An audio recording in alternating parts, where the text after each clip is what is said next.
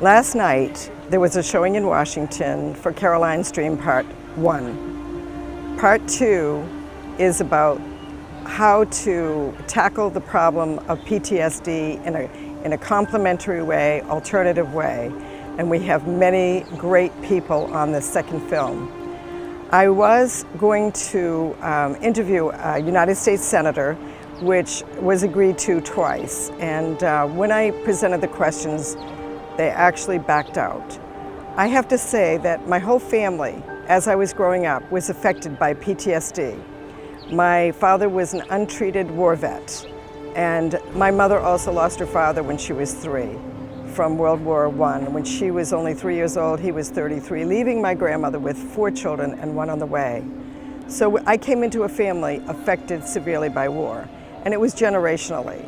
And I know that a lot of the PTSD that I had certainly got passed down to my own children. My hope and my prayer is that we all, little by slowly, end up healing from the effects of it in any way we can. And I want to read what we're going to ask the Senator to you. At the time of making Caroline's Dream, I was supporting the Democrats.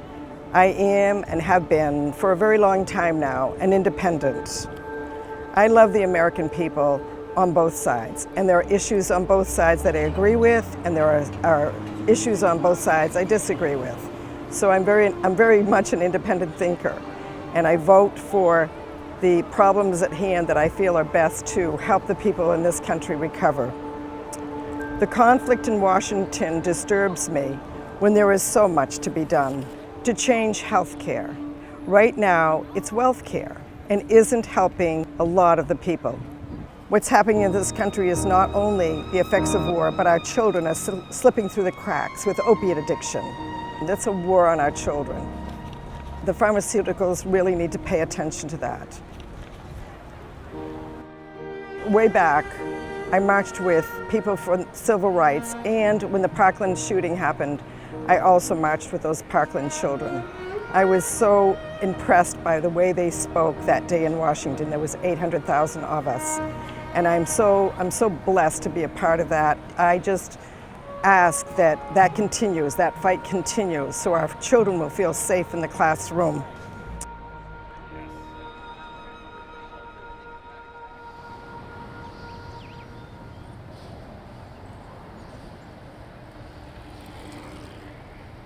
I would like to read the questions that I wanted to ask the U.S. Senator, whom I have a lot of respect for and like very much. Senator, can you tell me how you stand on health care in America? 2, do you support alternative methods for treating PTSD that are not covered by insurance or the VA when they've been shown to get people feeling better so much quicker with less cost to them? 3, in our prison system, could there be a program set up for the prisoners, many whom are vets stuck in the wounds of war, trying to relieve their symptoms of PTSD with alcohol, medication, and prescription drugs? A place instead of prison that can truly help them with detoxification therapy and complementary healthcare alternatives?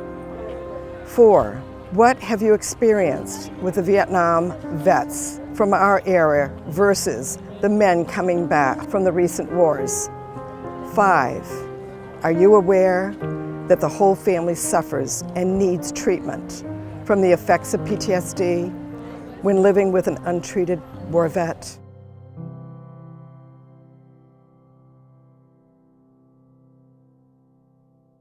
I'm here with Dr. Danielle Dadurian. She does a lot of wonderful treatments. And one of the things that I'm interested in is how to build a body back when it's gone through a lot of trauma. People that have been part of wars have a lot of trauma in their body. Can you talk about some of those modalities and how it would really help the soldier to build back their strength? I guess what you're asking me is somebody who is, due to trauma, immunosuppressed. Yes. To build them up from the inside out so that they can deal emotionally and physically better with things and go back to normal. So the things that we can measure are vitamin levels, and then replete vitamins and minerals exactly to what they're missing. We can do that intravenously, and that's the best way to obtain vitamins, because when we take supplements, only about 19% of the supplements actually get absorbed in the body. When you administer intravenous vitamins, you get 100% absorption and a much higher concentration, which of course helps in rebuilding the immune system and repleting cells with nutrients and factors to improve cellular damage. Another thing is to measure hormone levels and replace the hormones appropriately. Then we have several other modalities to actually detoxify the body. So we could measure heavy metals and do chelation, which is an IV therapy, usually in a series of about 10, that actually pulls the heavy metals out of the body. We can do ozone therapy. Ozone sauna is a detoxification modality. And then finally, recently NAD has gotten a lot of publicity because it is probably to date the most effective repair mechanism, or to replete the repair mechanism in the body. We have very high NAD levels. So NAD stands for, it's a very complicated name, it stands for nicotinamide adenine dinucleotide. It's the cofactor of vitamin B3, or also known as niacin, and it has been shown to be the cofactor necessary to repair cells. Basically any kind of cell in the body, even DNA. It crosses the blood-brain barrier, and it's been very effective in alcohol and drug detoxification for that particular reason. By repleting NAD levels that decline as we age, just like hormone levels and anything else in the body, we really lose our repair mechanism. And it's been thought that the diseases of aging, chronic diseases, diabetes, cardiovascular disease, autoimmune diseases, etc., are really due to the fact that we lose our repair mechanism, which is NAD levels. So NAD is a treatment that they used to do way back in 1960. Is that correct? And they kind of went to the wayside for a long time? No, it's really been extremely popular solely for rehab, for detox, for drug and alcohol detox. And it's been around for at least about 30 years for that particular purpose. I've been to a drug rehab center where NAD is being administered, and it's pretty amazing. I mean, without any other kind of medications, people just basically stop drinking because they lose their cravings immediately. And so when they're tested, this is one of the things that you learn about them through a blood test that brings you all kinds of information? Unfortunately for NAD, there's no blood test out there. No, but I mean for the other things, the nutrients. Yes. A lot of the times people will be like craving and allergic to things that they really crave. Could be also all kinds of symptoms associated to food sensitivities. Yes. So that's another thing that we can do, check for many hundreds of substances in foods, as well as preservatives and food colorings, because patients can have all kinds of indistinct symptoms, such as headaches, fatigue, all kinds of different symptoms that are associated with food sensitivities, and you don't really know until you check and then eliminate those particular foods, and people get better. Talk about the UVL. So that's an IV, and through that IV, a catheter is inserted that emits light, and those particular lights, infrared, red, green light, and blue light, detoxify the body, kill any kind of microbe, viruses, fungi, bacteria, and basically detoxifies the blood. Again, a series is usually done of about 10. It takes an hour because that's how long it takes for the blood to circulate once through the body. But it's nothing invasive. It's nothing more than just getting an IV. What would you use if a soldier's family or somebody that's coming that has a lot of stress and a lot of toxicity in their body, what would you do first with them? For sure, for a soldier, the first thing I would recommend is NAD. There have been very good results for PTSD with NAD, anxiety, depression. A lot of soldiers come back with impaired brain function. What would you do with that? Well, for that, the most important thing is NAD, because that's really the only thing that crosses the blood-brain barrier. and is effective in neurological diseases, even Alzheimer's and Parkinson's and MS. Very hard to treat diseases because there's really nothing out there that crosses the blood-brain barrier and effectively repairs neurons. So you're repairing people's bodies and Yes. putting them into their optimum health. That's the paradigm in medicine right now. That's really the term of regenerative medicine. Regenerative medicine is using natural substances, the body's own substances, to repair and heal cells rather than use medications. Also, you do something with stem cells too, don't you? Yes, absolutely. Again, the definition of a stem cell is a cell that repairs. It's responsible for cell repair. People usually know what a bone marrow transplant is, or at least have heard of a bone marrow transplant. That's basically taking stem cells from the bone marrow of a patient and giving it to another patient. But it's only been approved for lymphoma, leukemia, and certain cancers.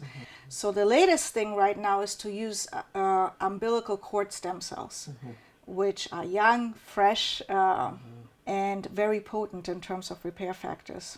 You also do something with hormone therapies for the men and the women. Yes, for hormones, what I like is bioidentical pellets. So they are placed in the upper buttocks under local anesthesia. They last in women 3 to 4 months. And in women, it would be estrogen and testosterone. In men, it would be testosterone alone. And in men, it lasts about 5 to 6 months. The rationale behind these pellets is that's the only way that you can get a daily equal level of hormone delivery, as opposed to pills or injections or patches or creams, that basically you get a roller coaster effect. It goes up, it goes down, you never really know where you are with that. And this is more like time released in a sense, isn't Yes, it? exactly. And when you test the men, sometimes it can be terribly low, and that can really affect them, can't it? Yes, testosterone deficiency in men and women, the symptoms would be low libido, low energy, low muscle mass, anxiety even, difficulty sleeping at night. And they hardly know what's even happening. Right, and a big one is brain fog. That's a big one with testosterone deficiency in men and women. Yes. And many people tend to brush off symptoms of hormone deficiency to stress and aging, but it's really hormone deficiency, and they could feel so much better. Yes. You know, Otto Warburg, that won the Nobel Peace Prize in 1931 using ozone therapies.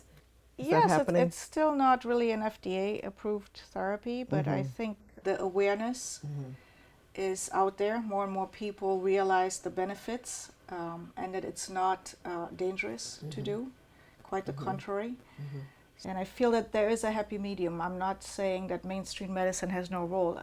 There should be some kind of a connection and Openness. Right? openness that to take things from each side of the spectrum of medicine, whether it's holistic medicine and mainstream, and combine it and really do things that are effective and do work and not Exactly. harmful. Yes, there is a place for allopathic. You know, I'm not going to go to my holistic doctor if I broke my arm. I'd go to an orthopedic surgeon Right. to put it back together. So there is truth to that. And a lot of doctors I notice are coming along quite well with understanding the balance of the two. Right, exactly. Which I think is great. It is. It's I about really time. appreciate that. Yes, you know, and that a lot of building of the immune system is vital, especially for the soldiers coming back. They need to rebuild their bodies from being under so much stress. So I really appreciate you offering all these modalities for me and for others. You know, in their families, and I feel blessed that I've been part of Thank this. you. I'm very happy to hear that. Thank that's, you. That's what I like to do. That's why I'm Yes.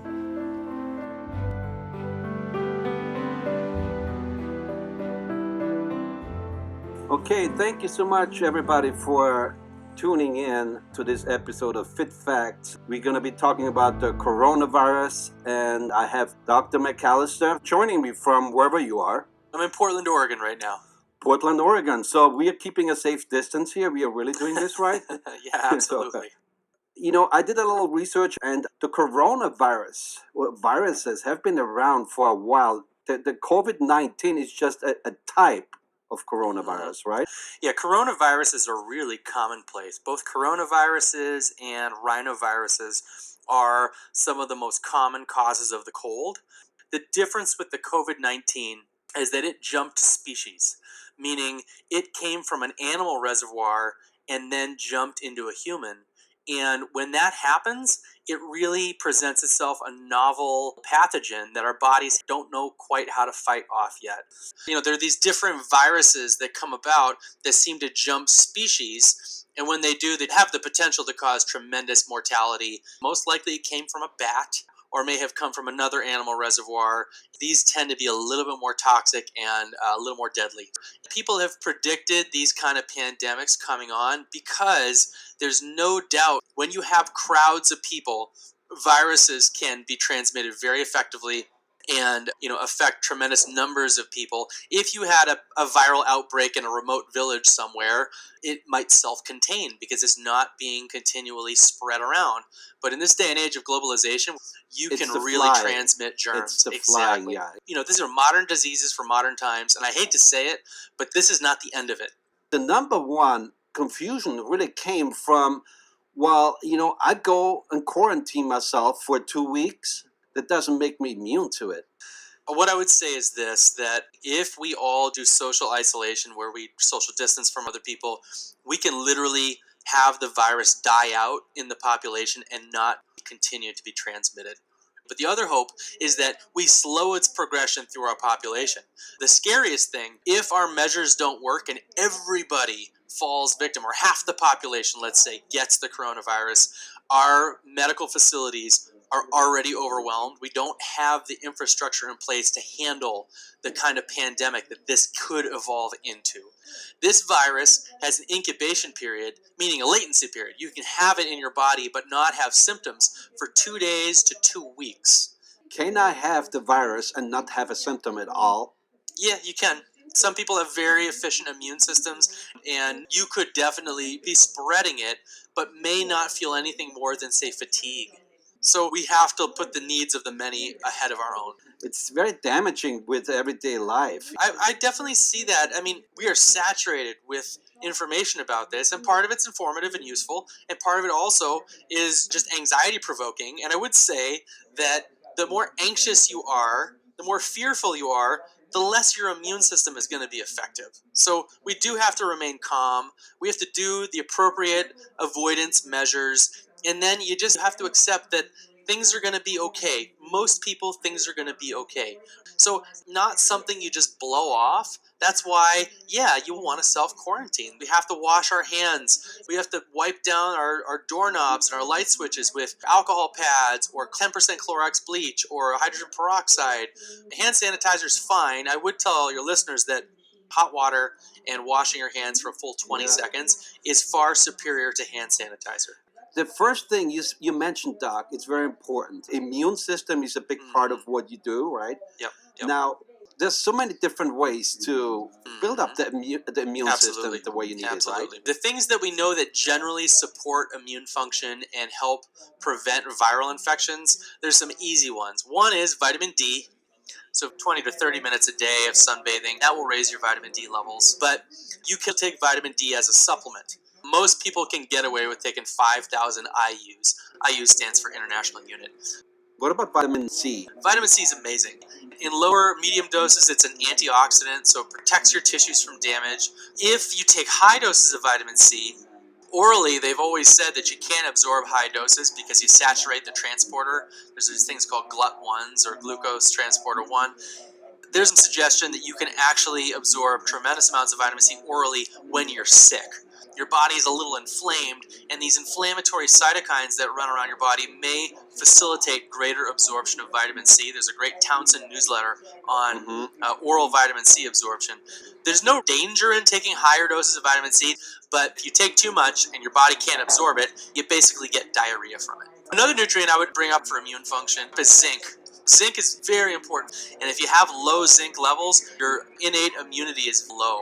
If you can take zinc as a supplement, I typically recommend about 30 milligrams of zinc citrate or picolinate twice a day. Take it with food because it can upset your stomach. Organ meats have a certain amount of zinc. Pumpkin seeds have a decent amount of zinc. You know, you're going to have to eat a cup of pumpkin seeds a day to get an appreciable amount, but if you're looking for a food source, that's one of the richest. In terms of some other things that you could consider for immune optimization, we mentioned sleep, reducing stress. People on average do not sleep enough. Typically, you want to get about 8 to 9 hours of sleep a night. That's when your immune system gets recharged. That's when your hormones get recharged. And that's one of the best stress relievers. Other things that I would recommend for immune boosting, it's not something to take, it's something to not take. And the something to not take is refined sugar. So I'd like the something not to take. If sugar is added as an ingredient, if you were to drink soda or eat candy, it definitely does suppress immune function. So in freeing up your immune system and allowing it to do its best job that it can, avoiding refined sugar is huge. It doesn't mean you need to avoid the natural sugar that's found in like apples or citrus. That's fine. We're talking about sugar in excess. And you can overdo things like honey and agave, so those also I would be suspicious about. Okay, that's good advice. I like that. Yeah, the other thing that I would say you'd be really wary of is taking fever reducers. There was a study that came out recently on ibuprofen and about how if you use ibuprofen as a fever reducer in viral infections, the viral infections can be more deadly, you can be sick for longer, and you can have worse outcomes. Doc, hold on a second. What I heard the most from listening to people on TV when they actually felt the symptom, that's exactly what they did. People equate the symptom with a problem. A fever is a messenger. And if you suppress that, if your immune system keeps sleeping, essentially, fever is one of your best immune stimulating things that you can ever have happen. Okay, that makes sense. The reason that people don't like fevers is that you feel junky when you have a fever, and fevers can go too high and be damaging. So if you get a fever over 103, you got to be worried that maybe you have developed meningitis or something else. If you heat the body too high, then you can really damage the brain. But if it's under the 103, 102, 103, under that range, and you've got 100, 101, 102, that's a good fever. That means your immune system is rocking and rolling, and usually what we recommend is to encourage it. Get into a hot bath, drink some hot ginger tea, get that fever to sustain, because the more you can encourage that raised body temperature, physical heat kills viruses and bacteria. They don't have a lot of defense. They can't handle it. They die. And so if you suppress the fever, you don't create that heat, which is what you want to actually kill virus. Okay, let's get to bacteria. I have like 3 questions here. Not touching your face at all, because obviously it's because of the mucus in your nose and eyes. How does that exactly work? Basically, the ports of entry into the body for a virus like coronavirus, it's your mucous membranes. It's your mouth, it's your eyes, it's your nose primarily. That's how these viruses gain purchase into your body. So if you're touching your face, you're touching all of your ports of entry. So if you're avoiding touching your face, coronavirus can't get into you if it's on your leg. It can get into you if it's in your mouth or in your nose or in your eyes.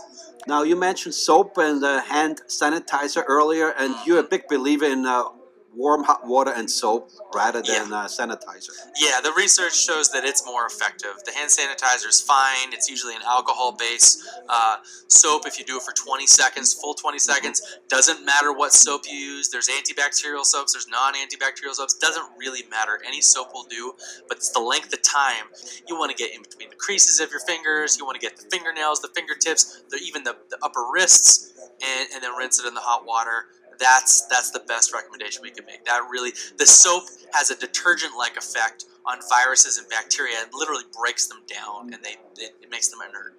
I have a question from somebody here. He listened to the news, and it was a doctor saying that every time I come home from the hospital, I take off my scrubs and put them right away into the washer in my garage. So can that actually, the virus be on your clothing? It depends on the surface. I've read different reports of it living anywhere from 4 hours to, in some cases, I read that it could live up to 9 days on surfaces. So it depends on the surface. Cardboard, interestingly, only lives for about 30 minutes, but potentially can live for a long time. Definitely enough for you to think that it's not a problem, and you could touch that surface again. So that's why really doing deep cleans of your home, really not letting visitors come in the house. I mean, this is a time where luckily we have so much connection over social media. We don't need to see people face to face. You don't really want to tempt fate. You don't want to be a statistic. You don't want to be the 2% that dies. Wiping down the most commonly touched surfaces in your house, your doorknobs, your light switches, tables, it's going to be important to do that multiple times a day. If you've been out at Home Depot or the grocery store, first thing you do when you come back home, you wash your hands for 20 seconds. Then you take a wipe and you wipe the doorknob. You want to lower your risk, lower your statistical chance of getting that virus. You got to be really meticulous about surfaces and washing. Now there's statements floating around that the coronavirus is 10 times as potent than actually the flu itself. But they still claim that the healthy population recovers really easily. Is that true or is that false? I think you have a really good chance you're not going to die from it. That's what I'm saying. It still can cause a tremendous amount of what's called cytokine release. Cytokines are the inflammatory signaling molecules that your immune system uses to ramp itself up. So you can get what's called a cytokine storm, which is a tremendous inflammatory response. And the healthier you are, potentially the greater cytokine release you might have. If their immune function is healthy, they've got good nutrient status, the hope is they don't die.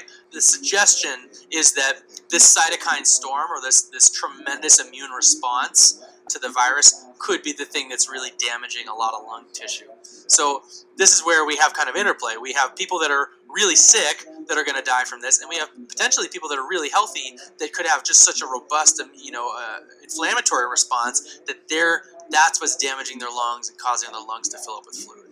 Anyone is fair game. Even millennials, even kids, statistically, they're not dying as much as the over 65 and the people with compromised immune systems, the people on immunosuppressive drugs, the smokers. Those people are much higher risk, but it has claimed lives of average people that you wouldn't think they would die. Speaking of the healthy, is that true that this is a time when you don't want to stress your body's defense system too much with exercise? Well, it's interesting. So if you're feeling sick, your body's like a bank account. If your body's spending all its money exercising, then you have no money to fight off the virus. So if you feel fine, the stress-relieving effects of exercise would support its use. Now with the coronavirus, the majority, I would say more than half of the people are being infected are over the age of 60. When we age, typically we're more susceptible to infection. Our immune systems are not as efficient. The other thing is that as we age, you have accumulated life's insults, your tissues start breaking down, your systems break down a little more, you're more susceptible. So that's one aspect, is that we just could have picked up some chronic disease. Immune system could be a little bit lower. Our nutrient status could be lower. And there's a specific blood pressure medication called an ACE inhibitor. There's been some suggestion that people on ACE inhibitors for their blood pressure are at higher risk for getting the virus in them. So that's another slant that, medications that you may be taking could be affecting. And I've always known about steroids. Steroids are really famous. They suppress your immune function. Steroids are great in the short term, bad in the long term. So if you're on steroids, if you're on immunosuppressive drugs like what they call biologic drugs, Humira, things like that for treating Crohn's disease or different skin conditions, rheumatoid conditions, those will inhibit your immune function. But then the ACE inhibitors, that class of blood pressure medications, we need to be aware of that also. Okay, I'm crossing out a potential sponsor right here as we speak. Okay, done. Speaking of before, when we talked about the age, so obviously we just, getting older sucks. That's all I can say. Because now we have to pay for it with the immune system being weaker. You're more easier to catch a virus. But also I think it's definitely safe to say all this different medication we take, when we're older, that's not good for you either for your immune system, right? Well, there's a lot of medications that we take that will actually deplete our nutrient stores. It's not something that's really talked about that much. I mean, just to give an example, there's a really common diabetic medication called metformin. And metformin's, it's got its place. It really helps decrease insulin resistance in people. However, it also depletes your vitamin B12. And B12 is super important for immune function. It's important for energy. So a lot of drugs do deplete the body of nutrients or block absorption of nutrients, and that has deleterious effects. You just can't, there's no free ride in life. If you're going to take a drug, more than likely there may be a negative aspect to it, whether or not it's your cost benefit analysis. Is it worth the risk? Is it worth, the problems? It may be, or it may not be. I really think there's more confusion than ever. You listen to the news a little bit and you read online. It's masks. Okay. What's the story? What's the story with masks? Respiratory droplets are how this virus tends to spread. So if someone coughs or sneezes, you get a little burst, a little shower of respiratory droplets, and you can breathe that in directly. It can stay in the air. Droplets of coronavirus can literally stay in the air, sometimes up to hours potentially. So if you're just walking down the street breathing normally, someone might have sneezed in that vicinity. Theoretically, you could be exposed that way. So I do think wearing masks can be very helpful. Is it 100%? No. If you are sick, if you do have a cough, you should absolutely be wearing a mask because you want to contain those respiratory droplets and not be broadcasting them. The other thing that I want to talk about, Harry, is testing. The CDC doesn't really recommend people get tested if you're not showing symptoms. Now, we talked about how you can have a latency period of 2 days to 2 weeks. That means you can have the virus in you. You can be spreading the virus and not know about it. So, in my mind, it makes sense for everybody to get tested. The problem is we don't have enough tests for everybody. Yeah, we don't have the test. So, there are point-of-care tests that exist where you can literally do a finger stick and test yourself at home. There's a company in Irvine, California that makes these tests, and I actually called the company today, and I wanted to talk about it. I wanted to know, when could these things be available? Allegedly, they'd be $10, but we could have an online platform where people could report their tests to the CDC and actually have accurate counts of who's infected. Because right now, we have no freaking clue how many people are infected. We know how many have been reported, but how underestimated is that number?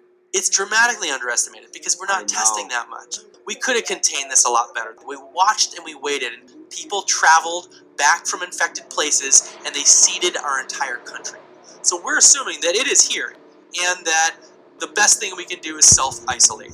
Build your immune system, work on your mindfulness practices, do your spring cleaning, and hope that by isolating, the virus dies out and doesn't rip through like wildfire.